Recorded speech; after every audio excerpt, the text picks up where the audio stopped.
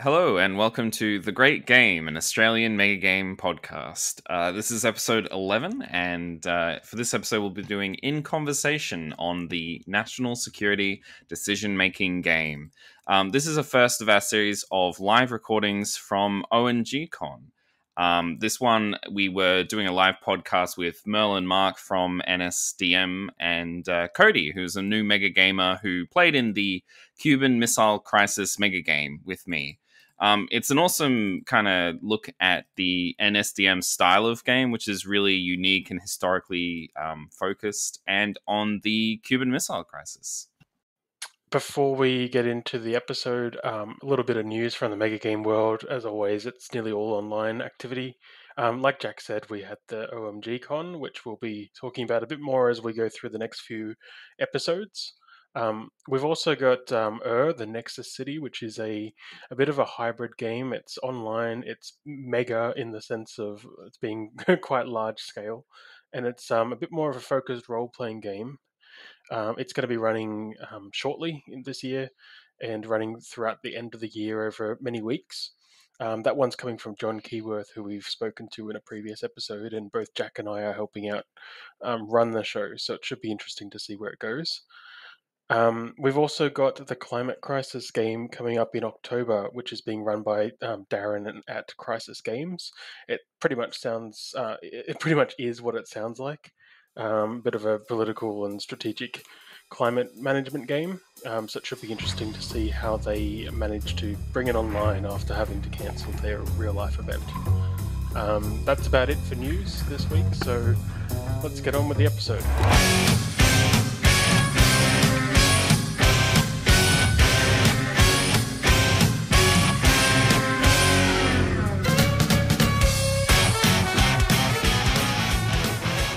Okay, cool. Well, we're live. We're recording. I think we should get going.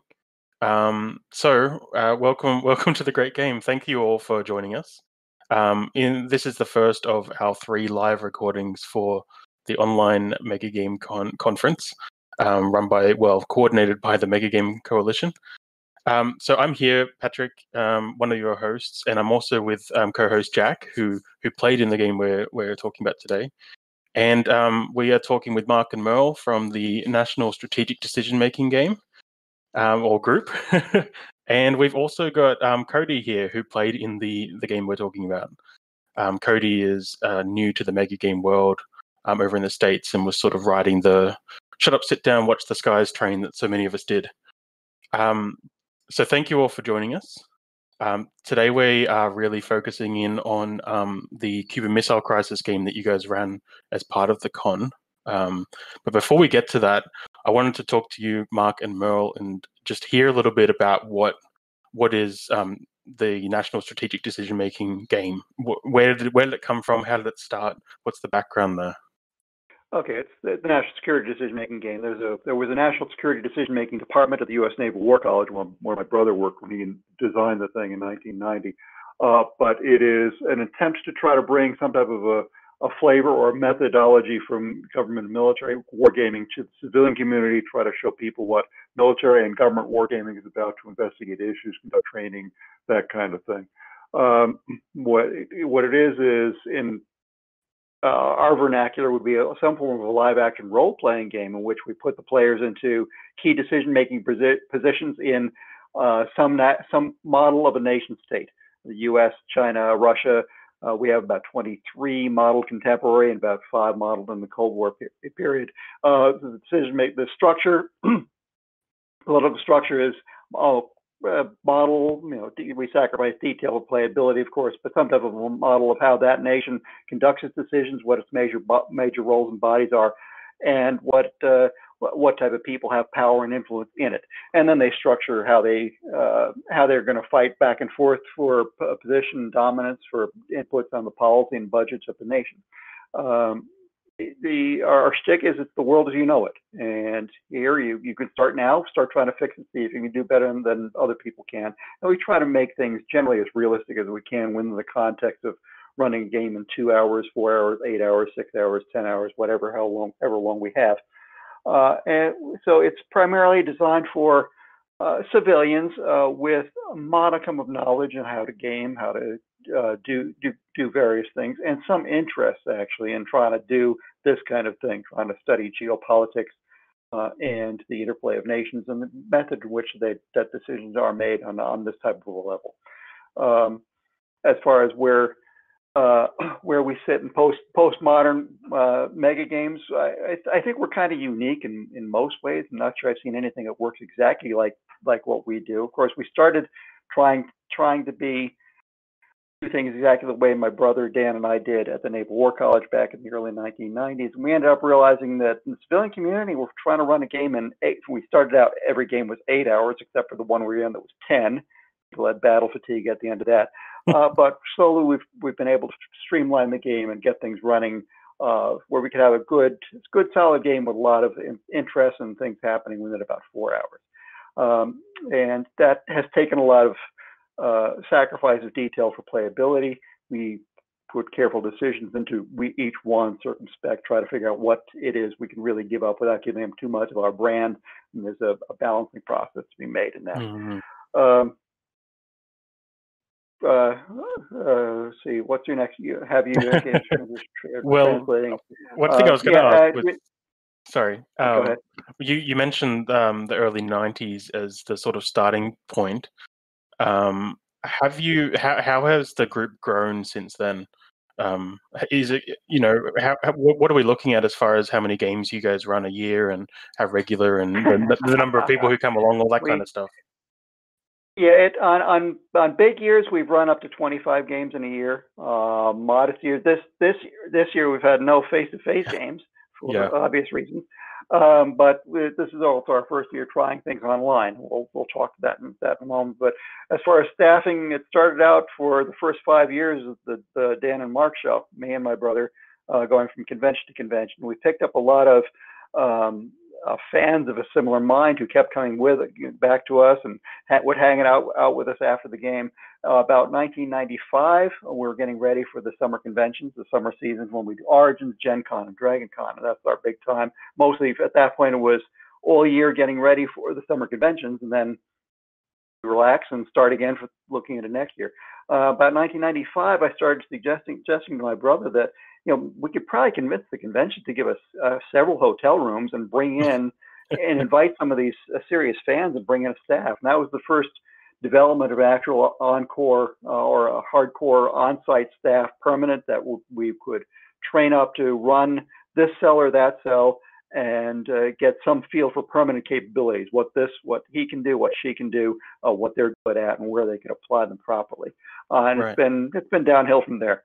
At this point, we've had people come in, we've had people go. We've been doing in that nature for 25 years. People have died on us, my brother included, and this is sad when you lose somebody that's been with you for that long. But people have gotten interested and stayed with us. People have tried with us for a few years and then moved on again. I don't blame them. But yes, Merle, you got something? The other thing to note is right now we have about 40 different people that volunteer to do something connected to NSDM. Of those, there are about 12 that we would call hardcore. They show up at least at 1 or 2 conventions every year and help out in a significant way. And of the total, there are about 6 of us who are absolutely nuts, who spend time on the design and are at every convention and that drive ourselves into the ground and spend way too much money on our hobby. But, that number fluctuates. Right now, we're really working on recruiting people. So if somebody thinks they're interested, contact us through a message on the Facebook page, because we explain how we work and try to recruit you and tell you how to work long hours for no money, because it's something you really kick out. Good to know. Good to know. You're always open for business, always taking recruits. I was going to ask you, actually, something you said earlier, Mark, about the way that you guys refer to it is the game. You are the national strategic decision-making game. When you're talking about the different scenarios that you run and the different eras and politics, and is it sort of a core principle? Like, is there a single sort of set of ideas and rules? I know it's quite mechanic light that you just apply to everything, or how different is each game that you run? Yeah, each game is going to be different. Our philosophy is to try to put a structure in front of the players and a generalized view of the world, and then let them run it. Built into the player motivations. Each player in each cell, they're all asymmetric. They all have their own motivation, their agenda that's put in their hand that says, "This is what you're fighting for. This is what you believe in. This is what we're. If you're a good role player, we hope you'll take it on and be this type of role player and fight for this." And then they will take it from there, and each game will go in a different direction potentially. The idea is there, and my philosophy is to try to let them run with it. If they've got a head of steam and they want to move over a certain direction, if it's stupid, we might try to talk them out of it. But if it's not, go ahead and just try to have as much fun with it as you can. But the last thing I want to do is have you put a motivation in a player's hand that says you are to accomplish this, and then make it impossible for them to do that. I want to make sure that I like it. It's an asymmetric game. I like to think that every player's got the same kind of chance to have fun and accomplish what he wants to do in the game, whatever he or she feels that gives them satisfaction. And there's been problems in the past years where sometimes somebody gets a position they just can't play, or somebody needs to interact with a lot of other people. They're really good at that, or bad at that. Somebody else needs to do a lot of analytical things and deep thinking. They're really good at that or really bad at that. So I want to let people. Give people a chance to do what they want to do, and I think one of our advantages is that we have a good baseline in terms of our control staff, that we can take the game in different directions: the technological, the military, the political, the geopolitical, the diplomatic. Merle, you had something?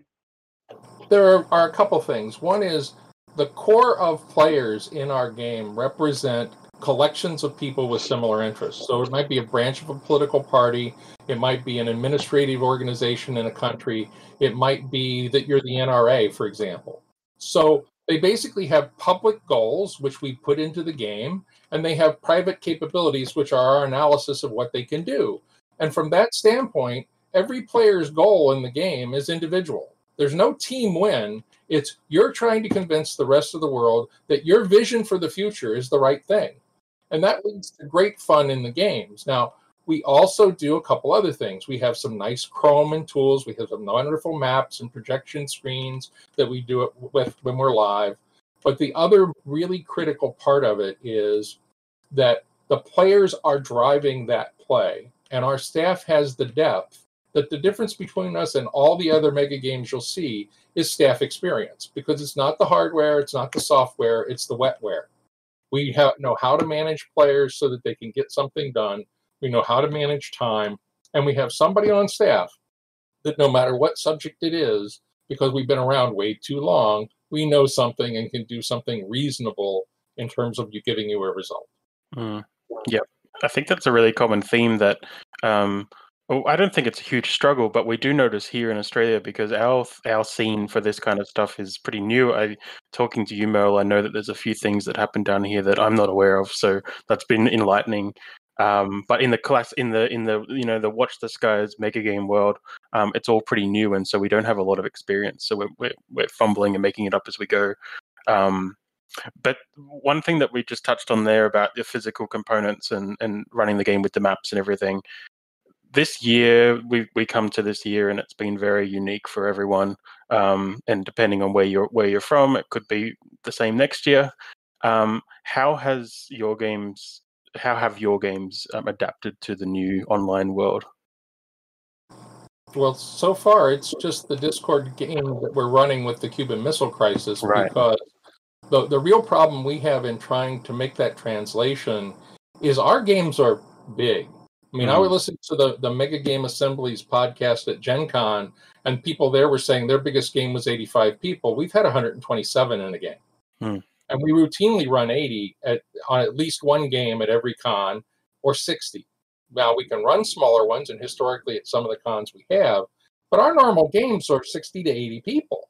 Yeah. So the problem is communication with all those folks, and everybody has independent ability to communicate with everybody else in the game, because generally, unless it's a vintage Cold War game, you can pick up a cell phone and talk to anybody you want in the world. So that creates some very unique problems online, because how do you pick the person that you want in the role and position that you want and convince them to come to a private space to talk to you. And that we haven't overcome yet. Right. Yeah, we discussed, for example, during the course of the game. We'll talk further about our Cuban Missile Crisis game we ran today, but it's built into the Cuban Missile Crisis Moscow cell that Khrushchev's position is not untenable, and that some collection of other Presidium members can get together and decide to oust him, and that has happened in some of our on-site games. But this is the second time just today we tried to run the Moscow cell online, and there are certain challenges to that. You can't, for example, just grab a couple of the people who might have the power to help you oust Khrushchev and go find a corner of the room or some other room where people won't notice that you've actually disappeared now, especially in a game where people are built in. Yeah. Technical skill in players is a critical shortcoming because all our games are people walk in. And even here, it's, you don't know who's signing up. So everybody's at a different level with their skills in the electronic tools. And the really proficient people now have an advantage. And they're people that may never come because you're in that electronic tool. Yep. Yeah. Okay. Well, before we delve into the game that you guys played today, my last question about that online space is, given how it went today, do you think that you're going to continue trying to make that translation? I think the answer is sort of, kind of, yeah. But, I think the realization some of us came to today, and we haven't had our full AAR after action report, is that trying to translate a in-person game to online has some unique problems that may mean that you can't do it the same way. Also because our games don't have identical positions. Most mega games, you'll have a country and there's a foreign minister, or there's a science person, or there's a military person, and the structure is the same across all the different countries. Well, we don't have that. Every position's custom. Every position's based on a model of the real world country. And real world countries do weird things, have like elections and get rid of leaders. And so updating is an issue too. But the core issue with that is there's lots more choice. And with that level of choice is a problem. And the other difficulty, which is critical, is communication. Voice channels with more than about 7 people break down fast and wind up making it impossible for a group to make a decision. And we discovered that definitely happened for us. We discovered that more and more. So unless you simplify and highly structure your game, you're not going to be able to run a game online. And that means there are some games you won't be able to run online at all. Right. Yeah, I think that's a common realization a lot of people are having, and they're starting to design for the online space. And I think that's the important key part. Yeah, okay. Well, thanks for that. I'm really interested to learn more about you guys, but for now we'll park and move on to the Cuban Missile Crisis. So I might hand over to you, Jack, who you were there, you were on the ground, you witnessed the chaos and the confusion. Let's hear about it. Yeah, so when I came into it, I wasn't totally sure what to expect because it was my first one of these style of games that I'd ever played. But I was really impressed by it. I had a fantastic time, and I was amazed that, considering that in the end it was ultimately just us sitting around talking on Discord for most of the time, the tension and the paranoia and feeling of dread was really there for the entire time. It was incredibly fast-paced and tense. And I think, so I'll talk a bit about, I was, let me try to pronounce that, Leonid Brezhnev, Secretary of the Central Committee for the Soviets. Thank you. And I'll talk a bit about the Soviets specifically, but one of the things that I was really found awesome is the way the communication restrictions worked with Discord. I think there were some hiccups there, but basically because of the delay in communications, it meant that, whenever we were sending a message out to people, there would be a delay there and things might get scrambled and communications might go awry. And that really keyed into this key paranoia that there could be a missile heading towards us right now, and we won't know until it's already here, right? Like it made us really feel like, at least me really feel like events were kind of accelerating out of our control, and we were a very slow machine trying to respond to this crisis that was like a runaway train that kept and I think part of that is that our Soviet team became quickly and completely mired in bureaucracy, and really struggled to do anything at all. So basically we made this large, it was like a 12-person Discord group or something with all of the Soviets. And I think perhaps part of this is Discord, part of this is our decisions. But we were playing as if every single decision needed to be approved and voted on by that Discord. Like every single bit of communication, every single thing that was going to go out. So we would be just talking about just a completely irrelevant things and how we're going to talk about this thing and the message we're going to send. And then another thing would happen and we'd get completely distracted from that and move on to the next thing.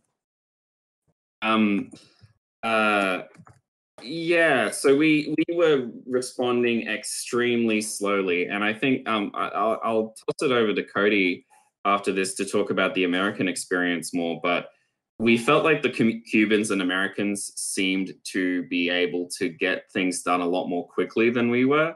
So it was really like, it felt like just the situation in Cuba. Oh, no? Okay.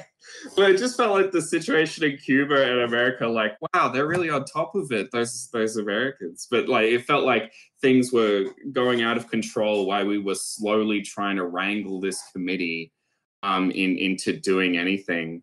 Cody, I'll kick it over to you. How did you feel about things from the American side of the table? And tell people about your role as well. Hi, name's Cody. I was the president, JFK, during the Megagame, or the NSDM Megagame for Cuban Missile Crisis. And really, it wasn't, we got along a lot better, it sounds like, when it comes to the whole voting situation of getting things done. But I really relied on my team heavily to do that. This type of game and the knowledge required for the military sim and the history sim went way above my head. So I'd be like, okay, whose job is that? And there would be like 2 or 3 people in the room who kind of knew everything about the game. Clearly, they were very professional and very, active in this community. So like, oh, you need to talk to this person, do this, do this, do this. And I'd be like, cool, do it. Everyone's like, awesome. So we were just I was relying heavily on my staff to essentially direct us of what we need to do. And I was just trying to be this blockade to stop any crazy weird ideas like, let's go to DEF CON 2 and just nuke them. And it's like, how about no? So it was interesting that way because, there'd be people I was talking to and I'd be like, so what do you do? It's like, I'm your secretary of this. I'm like, but what does that mean to me? What does that role imply and what can, so I really believe it was my staff being so knowledgeable and me just being kind of, a lot more chill and being like, oh, sounds like a great idea. Go ahead and do it. Why not? Instead of trying to micromanage. So our success was the success of the team. Definitely not mine alone. Yeah, that makes sense. That sounds awesome. I think the way I'll kick over to you, Mel, in a sec, but the way we tended to do things is we would all agree to do a thing. But none of us knew whose job it actually was. So we would just be like, yeah, we voted on it, great. And then no one would do it. And so I think there's a fundamental difference in some of the positions. I can break positions down sometimes in an NSDM game to whether or not they're a seminar advocate, meaning they're the head person of a comb, but there are a whole lot of people below them, and they're talking as part of a committee, or whether they're a true role player who has individual authority to do certain things.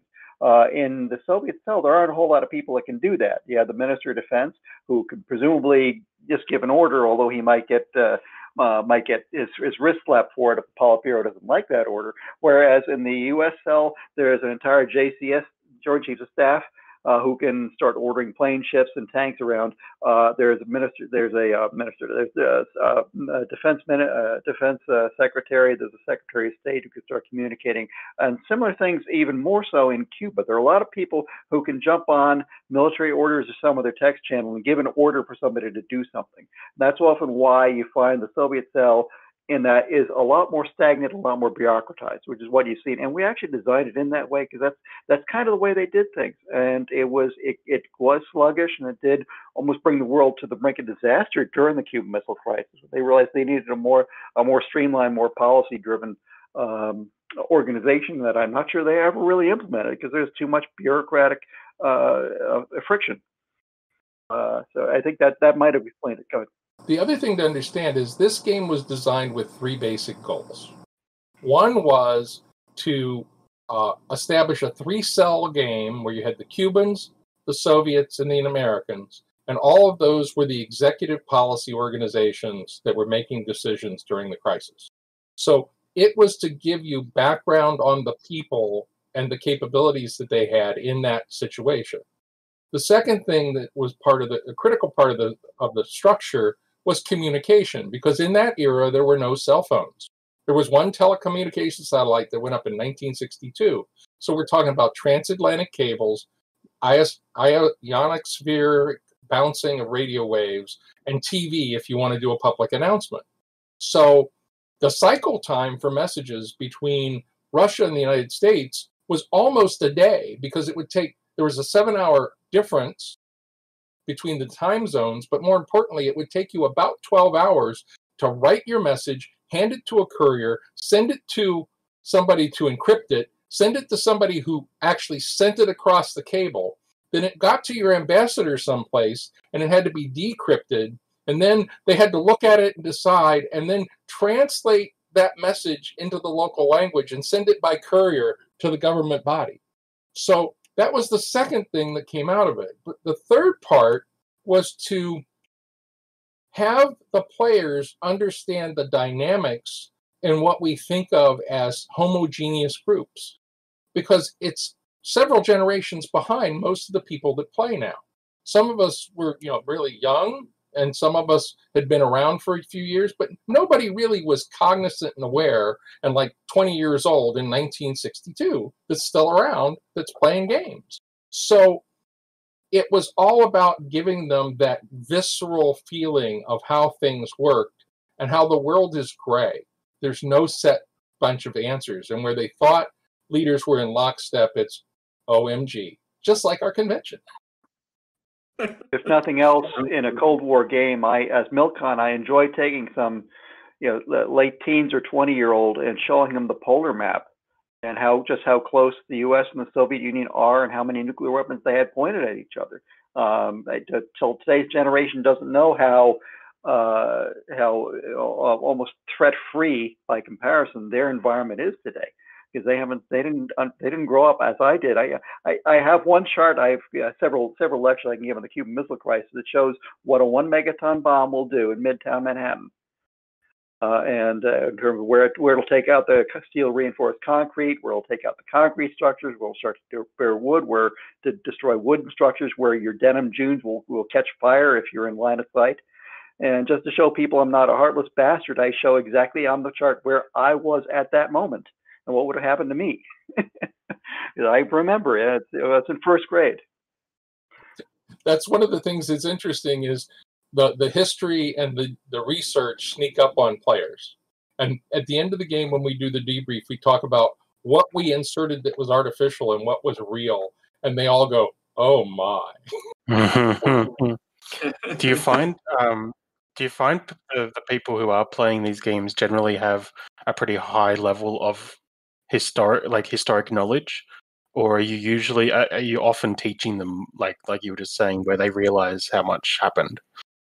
We actually found a lot more in the 90s. A lot more people came in armed with the information that they needed to understand. Nowadays, we do find we're spending a lot more of our time trying to teach. That's okay too. We decide that we consider ourselves a nonprofit educational organization, and teaching people things is part of what the role is going to be. But we have to start from an earlier baseline. And one of the things, if we go to Origin, the War Game Convention, we find usually a higher class of people, not class, I shouldn't say class, but a better educated and better prepared set of people, versus when we go to Dragon Con, people who want more science fiction-y themes, more things that are wacky. We can go either way, and I don't want to disparage either group. They just have different challenges and cause us to try to look into different directions if we want to put on an entertaining. The other thing is the age cohort of people that are playing has changed dramatically. In the 90s, we had a fair percentage of the players were over 35, and a number of them were vets. So they had more world knowledge just based on their own personal experience. When you moved into the 2000s, you had fewer and fewer historical gamers and more role players, but they were like D&D role players. And now, particularly at Dragon Con and Gen Con, we get cosplayers and LARPers have found the appeal of the visceral kind of game that we run. And majority of the people playing now are under 25. And they're all about the rowdy and all about the role play, and they know none of the history. I can attest to that for sure. People would be like, "Oh, this place is getting attacked." I'm like, "Where's that at?" They're like, "Oh, it's over here." Like, where's that? Like, where's here? You know, where's this location? You know, we're all geeks that are in this conversation, but recognize how many people do you know don't open the paper and don't watch TV for the news and don't look at multiple sources. And that's the kind of thing we deal with. You'll have people. I've had people come to the game and guys that are starting college that think New Jersey is next to Israel. Yeah.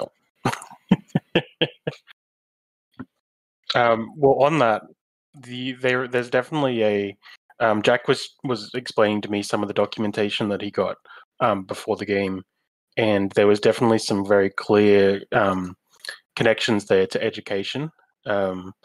How have you guys sort of branched? Have you branched into that formal education area, and how does that like or is it just a byproduct? Have you specifically gone and tried to educate? We've always tried to include it because the games are an excuse to do research and we're geeky like that.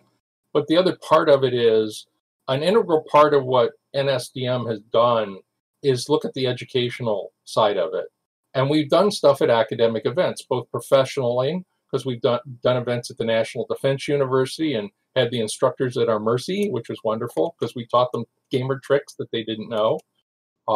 We've done events at Ball State in Indiana. We've done Ashland University in Ohio. We recently did Campbellsville University in Kentucky. We don't get to do as many of those as we like because those are more serious. But the main reason is we're not like Henry Kissinger or some celebrity. They don't have a big speaker budget in history and poli-sci programs for things like us. So we get to some of them, and we love them to death. But most of where we play our games are at conventions. We've done university games, also lower level, high school level games. We did a series for the Sea Cadets in Newport, Rhode Island. These are a bunch of kids, teenagers show up and on a weekend for what amounts to a Navy Reserve drill, and it's at that point the education is trying to teach them the communications and negotiation skills. We make sure each cell had an election for, in the Chinese cell, general secretary, in the U.S. cell for the president of the United States, and running these teenagers through that type of process where they have to state their policy positions and convince people to vote for them. That's useful enough on that level. Whereas the Campbellsville games that we put on last fall, we had a game on the high school level, and if we were told one of the high school teachers that was coming in was junior, was kind of skeptical. But as soon as she saw what the kids were doing, she just walked around with this big smile on her face. We got them to engage on a level that reading a dozen books wouldn't have done. And then we did the high school and the college level, and we shifted games and shifted tracks and tried to make it more academic. You decide what your audience is and what best they can get out of it, what do they want to get out of it, and where you have to start in terms of how deeply you have to explain things and how much you have to. And we generally get 2 or 3 schools of one kind or another that approach us every year and say, "This sounds really cool. We'd like to do it." And then when you say, "Well, to do a good job for you, we need 8 people to run it," and you start saying, "We don't ask for anything except expenses," they sort of go, "Oh, that's $5,000. Maybe we can't do that." And then, but that doesn't mean that we're not open to it. For example, we've been approached by a university in the Southeast to run a summer camp program on poli-sci, political science, next year, and we're in discussions about that. And I'm kind of hopeful that that'll occur. Awesome. Yeah, that aspect of evoking the feel and the atmosphere of what was going on at the time was something I definitely really felt. There was one big moment for the Soviets where we got news that a missile was headed directly for us, like straight happening, and it kept live updating that like stuff was happening, and it was just like this heart attack moment.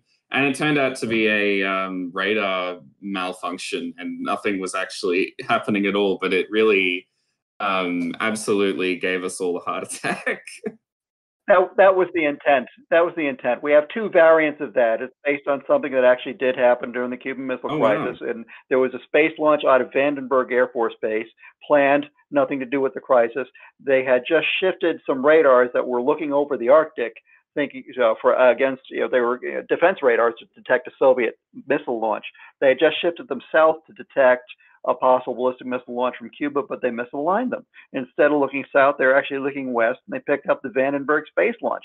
And for a few moments, it looked to them like there was a ballistic missile launch out of Cuba. So we have two variants of that. I ran the one on the Soviet variant because it didn't look like a lot of things were happening to you compared to what was happening to Cuba and the U.S. That's what we want with that one. But I have to make sure I got I do in Discord is I copy the first inject, I paste it in before I press enter. I copy the second inject. So I'm ready to paste that in a few moments. I'm listening to your cell. So on site, we would do the same thing. I'm ready to shoot the second one just about the time when the players are about to launch their missiles. But it's always a lot of fun. It takes 20, 30 seconds to run it. So it's a great, I enjoy it more than you probably. When we do historical and period pieces, the other thing to understand, because we've researched these things or we studied them in school so extensively, we know a lot of the what ifs. And to make it more real for the players, we tell them up front, this isn't history. When we play a full Cold War game at a convention, one of those we have often done is blow up John Glenn on the pad when he tries to take off in the 60s. He was my senator, a really nice guy, but we killed him because it was to emphasize that this is not history. This is the game about the possible and the plausible. And when we reach the Cold War, another aspect of it is, in 1960, everybody thought the Soviets were winning. They had a huge industrial base that basically was built in 15 years. They went from a dirt poor country to a big industrial country. They were ahead in space. They were ahead in science. And every third world country that was gaining its independence was using the Soviet model to manage their economy. So people really thought they could win. It's only in hindsight that we see how bad they were. Awesome. And talking about that alternate, his alternate history and what may have been, I just want to direct to Cody a bit and talk about the attempted assassination of Kennedy by a Cuban agent. How did that go? Tell us how that happened in your team, Cody, and how that went down. So it was a fun time because essentially Control said, hey, are you cool if we do something to you? And I'm just like, yeah, sure, whatever you need to. And we were on I was on like. You expect we're going to shoot you twice in the chest. That's right. I was getting a lot of pressure to do like a political campaign because I had somebody on my team who was constantly being like, hey, your votes are down, by the way. Like, you need to go do something about this.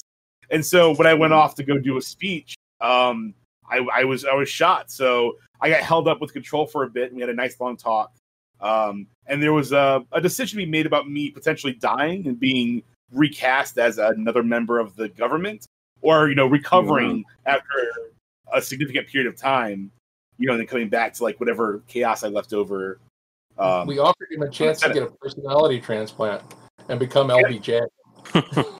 And the reason why I didn't take it is because, in my standpoint, I didn't know what the difference was. So I'm like, well, I've kind of read this brief and I've had time to read it and talk to people. So I think I'd feel more comfortable staying with it, since at least I can come in being like, yes, it's me still. Ta-da! I've lived. It was interesting because it sounded like the Cuban came from Moscow through Canada. That's the information that we got. I'm not sure if that's true or not. And anywhere from Moscow, you fly to Helsinki first, but Helsinki to Toronto, and then he rented a car.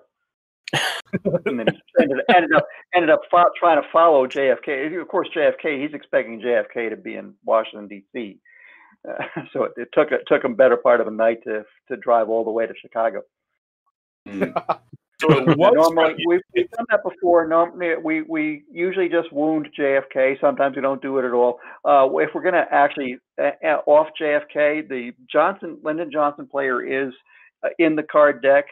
We only hand him out if we're going to, in fact, usually, I shouldn't give away the state secret here. We usually only hand him out if we're going to kill JFK, because he doesn't have much of a position if Kennedy's in play. He was historically, he was pretty much marginalized in the Kennedy administration. And he was on the ticket, in fact, to try to deliver Texas in the election. He was a mover and shaker in the Senate, and he carried a lot of the South with him. But in fact, the Kennedys didn't really want to welcome him into the administration. But what we usually do as a game mechanic, we're going to go into off JFK and put LBJ in charge, which will change the manner in which the entire U.S. cell acts and reacts to things. Makes things the Soviets should get a whole lot more nervous with JFK in charge with LBJ in charge than JFK, if for no other reason he's going to be more reactionary and less open to negotiation and compromise. But what we would do is we will put a ringer in as JFK, one of our own that people might not recognize, that won't mind leaving the game and coming to help us on the control staff side of things, and rather than have somebody try to do a personality transplant. Or sometimes one of our better role players that we've recognized has come in for a while, we could find him, this is what we're going to do, and he said, oh sure, I'll just read up on both and I'll change my accent. It's funny trying to put on a thick Massachusetts accent and then shifting to deep South all of a sudden. Yeah, it was a lot of fun to find out that half my staff was either related to me or my best friend. Like, I'm sitting there like, I'm your brother. I'm like, you're my brother? Oh, cool. No wonder. No wonder everyone's so agreeable. Yep.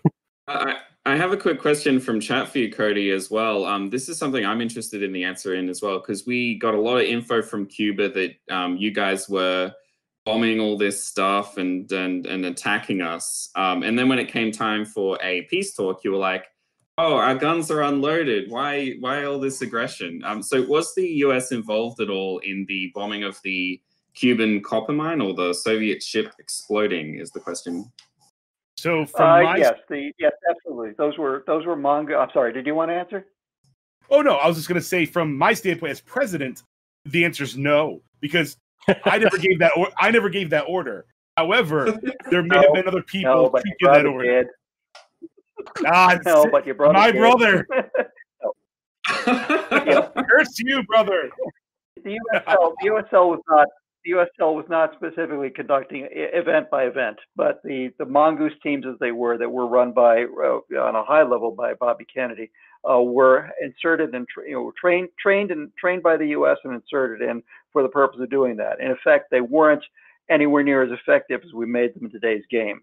But with a Cuban cell in play, we wanted to keep ramping up the pressure on them, having things happen. We want to make the U.S. feel a little bit like, hey, we're accomplishing something, while at the same time maybe making some decisions. Should we be pulling the plug on these guys, or trying to turn the pressure down just so we could de-escalate things? But I'm not sure that decision was ever discussed on the U.S. level. The other thing that happens a lot in the games is, as staff, we make people start to realize the danger of having everybody on high alert, closely packed together. I mean, we've seen that in the modern era with like the P3 intercept out in the Pacific a number of years ago, where they accidentally ran into one another in midair.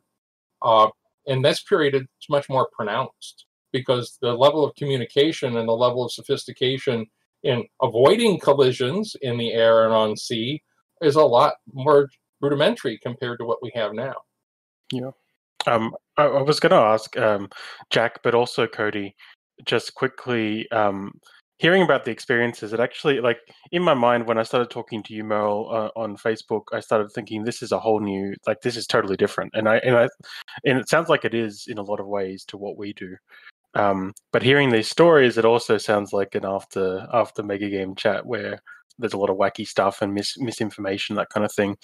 So to you guys playing, how did this differ from a tradition? Like, Merle, sorry, Cody, you were saying you started with Watch the Skies, for example.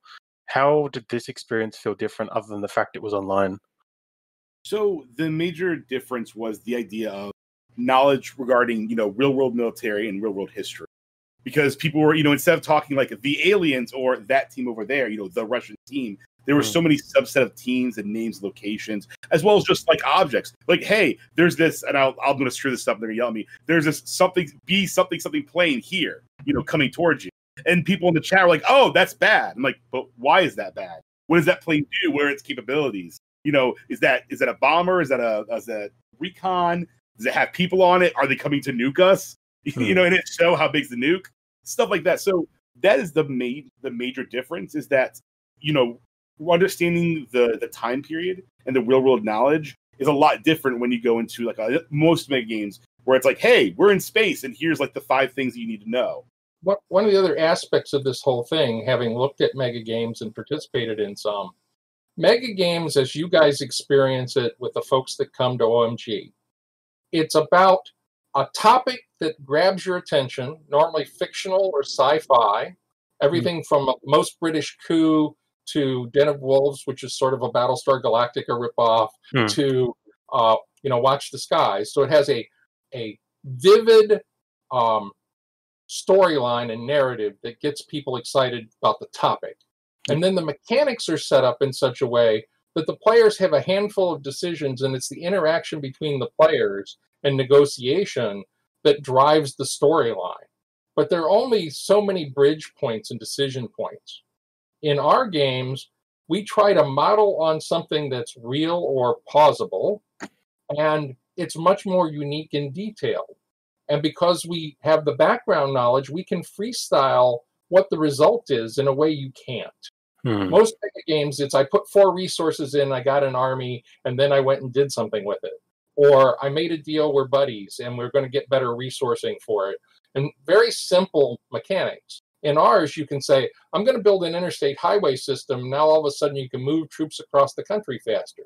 Or you can build an aircraft carrier that was never built of a whole new type. Or you can decide a super tank. Or you can say, well, we're going to abandon Cuba because it's not worth it. All of those things are open because of our free form style of play. There are many fewer barriers to you doing things for a personal idea or storyline. Yep. And when you were speaking earlier about the number of regulars you've got, how the crowd has grown a lot and you have a lot of walk-ins, but you've got a few core regular people. How did the diversity go in this game, this online one? How many new faces were there, kind of like Cody, who hasn't experienced your games, and how many regulars were there? Okay, so we've done 3 online games this year. The 2 we did at Dragon Con, we had about 25% were regulars.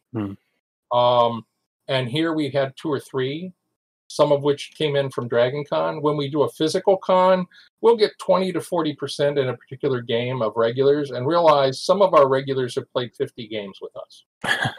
There's some hardcore people, like there's one guy up until a few years ago, which we think he got sick or died, but he was like in every game. There are some people that have played 75 games. Right. Okay. Because they come back and we do 6 at a convention, and they come to 2 conventions a year, and they've done it for 5 or 7 years. And almost all of our current staff are people that were players. There's only a couple who weren't. So you get promoted or demoted depending on how you look at it. Right. So with all that previous experience, what was there anything in this game and in running it that really caught you off guard or surprised you in how it went? The biggest thing that struck me was that we had some people really ran to roll. It's like when the Cubans turned to the Soviet commander, the lead Soviet commander in Cuba, and said, "What are your orders from Moscow about rules of engagement?" He says, "That's a state secret." Some of the players, the lower level players in Cuba, I thought did some interesting low level gameplay, trying to track down guerrilla factions, rebel factions, things like that, on a level that we don't normally see on site. And I was they kept me busy, and I suppose that's a good thing, and still keeps me from doing other things. And that was kind of I enjoyed that. That was good running. Mhm. Scary part is that could have just been a denial of service attack on our military controller. All part of the plan. We're still growing into the equipment. We have our own communication problems, just trying to learn.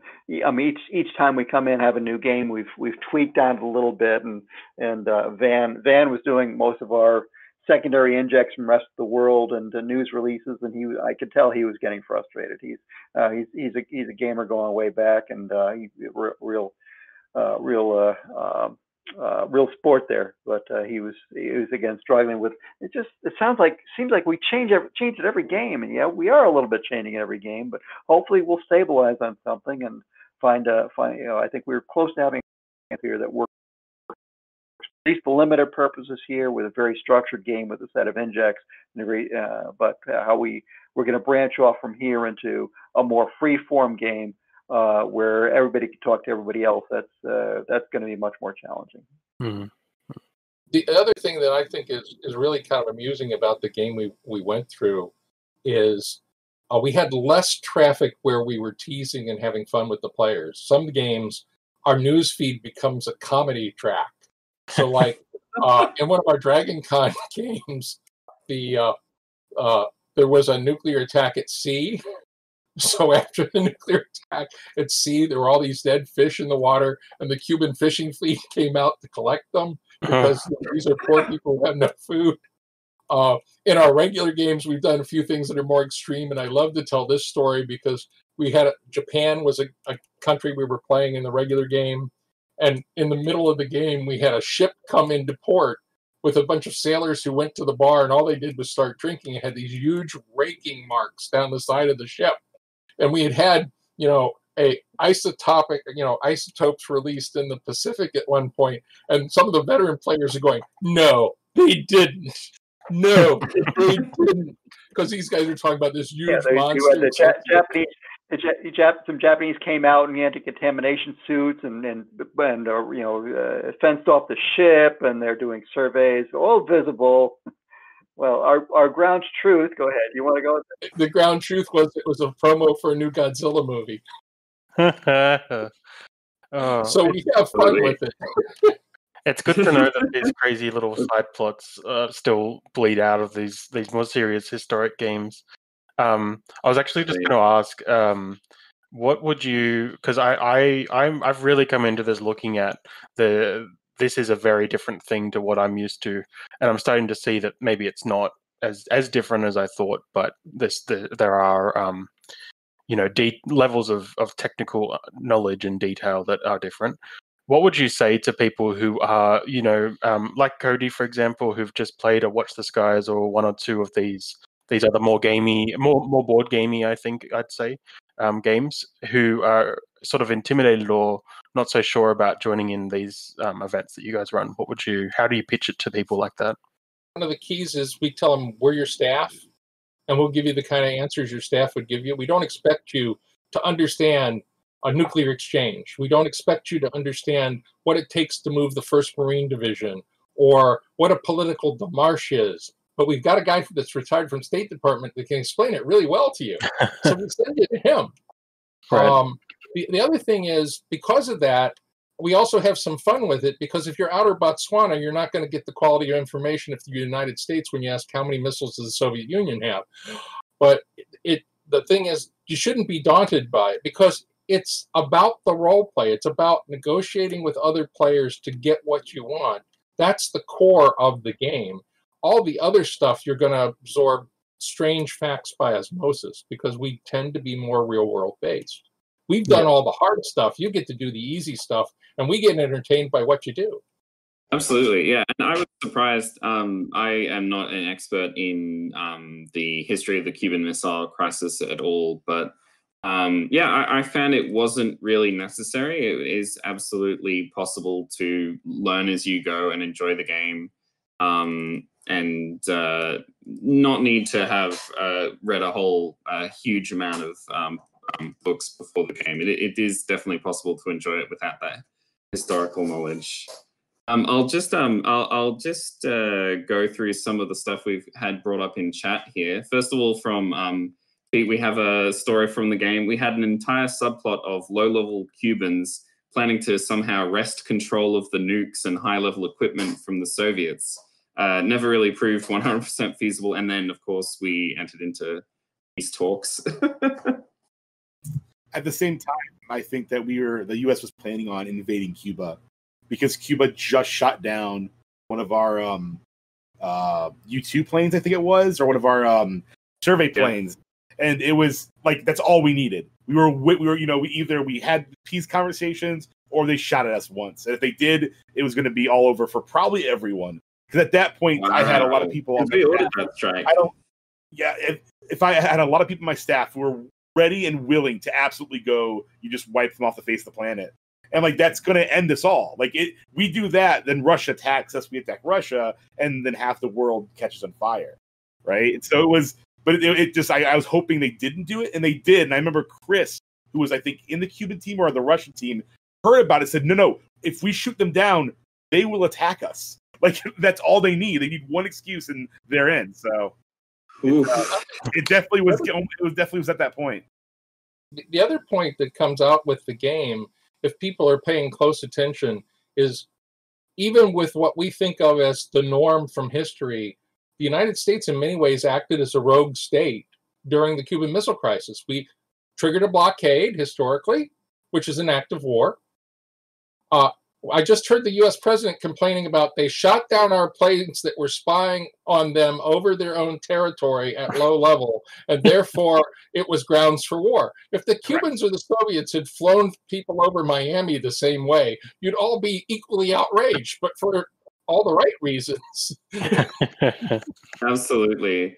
We were so outraged when, Cody, when you were giving your big speech at the end in the peace talks and talking about how peaceful the US was and this unwarranted aggression. And meanwhile, we literally, just as you were speaking, got news of a nuclear explosion test in Hawaii.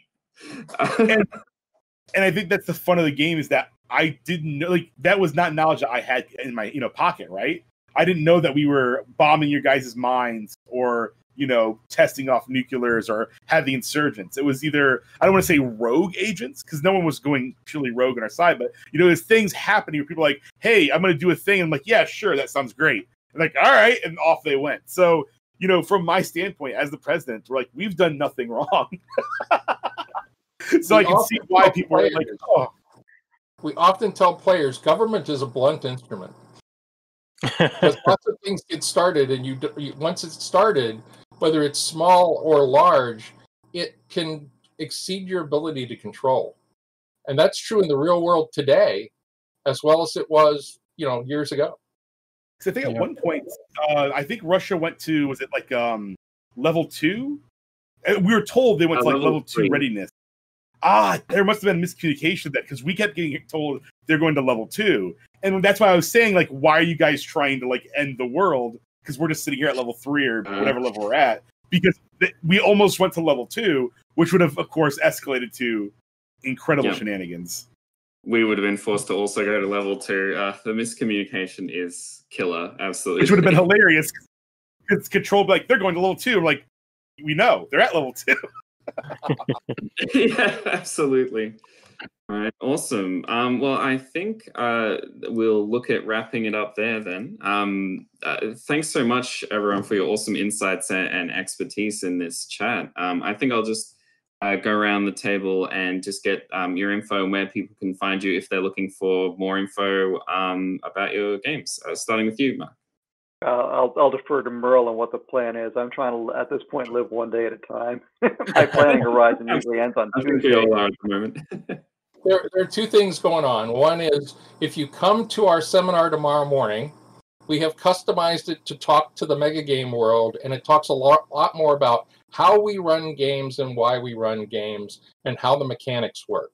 Because we come from the military and historical analysis type tradition, and we hang out with guys who talk about war games as the cycle of research, okay? Where you all are doing it primarily for fun, but lots of the mechanics and all the other things are the same. So if you come to that seminar tomorrow at 11:30 and it runs to 1:30, you'll see lots of slides and have us talk about the real problems of dealing with convention management and other stuff. The other thing is, if you want to communicate with us directly, the best way is to poke us with a message on our Facebook page, which is NSDM, the National Security Decision Making Game. And we also have been recording all of our presentations this year on YouTube. So we have a bright new shiny YouTube channel, which you can get to by searching for NSDMG, and it'll come right up. We got about 15, 16 things, and you can see all the wackiness we get involved in. Yeah. Our Facebook page especially might be intriguing because we will be posting articles and various notifications and things of contemporary world affairs. Anyone who has a motivation to come to our game, try to experience some of this, might also be interested in what we've gone through and culled and put on that site. From a summary of various things from a number of sources. We try to stay apolitical, but basically we put up stuff from all the kinds of stuff we're interested in watching ourselves. So we don't endorse articles, but it's mainly a news feed with scheduled events, so you know what we're doing. Yep. And with noting that you've got that YouTube channel, will your seminar from tomorrow be published afterwards? We're going to stream it through Facebook and YouTube live, and we'll be watching Discord for questions if people can't get to it directly. We're not going to broadcast it primarily through Discord, but we're going to try to see if somebody will project it and how well that works. But that will allow us to record and share. Excellent. Awesome. And Cody, I'm not sure if you're really into the design and facilitation world, but I was going to ask you, will you be coming back to one of the NSDM games? I might. I might do that. I'm on the fence just because of the events that happened. All good, mind you. It's so different from Watch the Skies, Den of Wolves, Aegon's Conquest. List them all off. But depending on the crew that I'm with, I think I'll definitely enjoy it. And maybe a lower level, position might be better. I do like playing high positions, but I just felt so fish out of water for good and bad reason. I'd like to also quickly, shamelessly plug the Megagame Coalition. They're an excellent group of people who I met last year. And every member and every group and person I've met there have been just excellent at trying to foster the community and say, hey, welcome, join, play, here's how to run it. Hey, you need help making one? Here, we've got people that are, good at doing this and this and this in programming, web design. Here's their here's their work for free. So it's been a good time. So if anyone's interested in mega games or anything of that sort, Megagame Coalition is absolutely the place to go. Awesome. And you can find Jack and I on Facebook as well. We've just set up a new Facebook page for the Great Game, and we've obviously got Brisbane and Sydney Mega Games running online. Awesome. Well, thank you all, Mark, Merle, Cody. Thanks for joining us. It's been a really good chat. And unfortunately, I will be asleep during your seminar tomorrow, but I will watch it afterwards. So I'm keen to see it. Absolutely.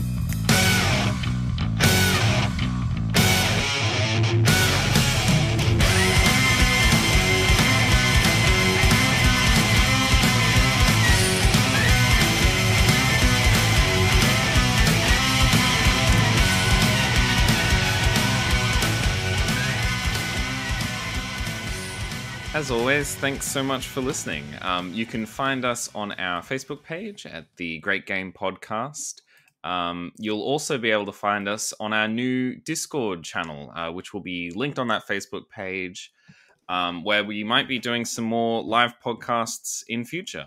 And you can find me personally at jack@ashtowngames.com. As always, you can find me over at the sydneymagagamers.com and at hello@sydneymagagamers.com. Stay tuned for our next episode next week, where we'll be going through another recording from the Online Megagame Conference, where we'll be chatting with Becky and Peter regarding the playtest of As Thou Commands, which was a medieval megagame of politics and world building.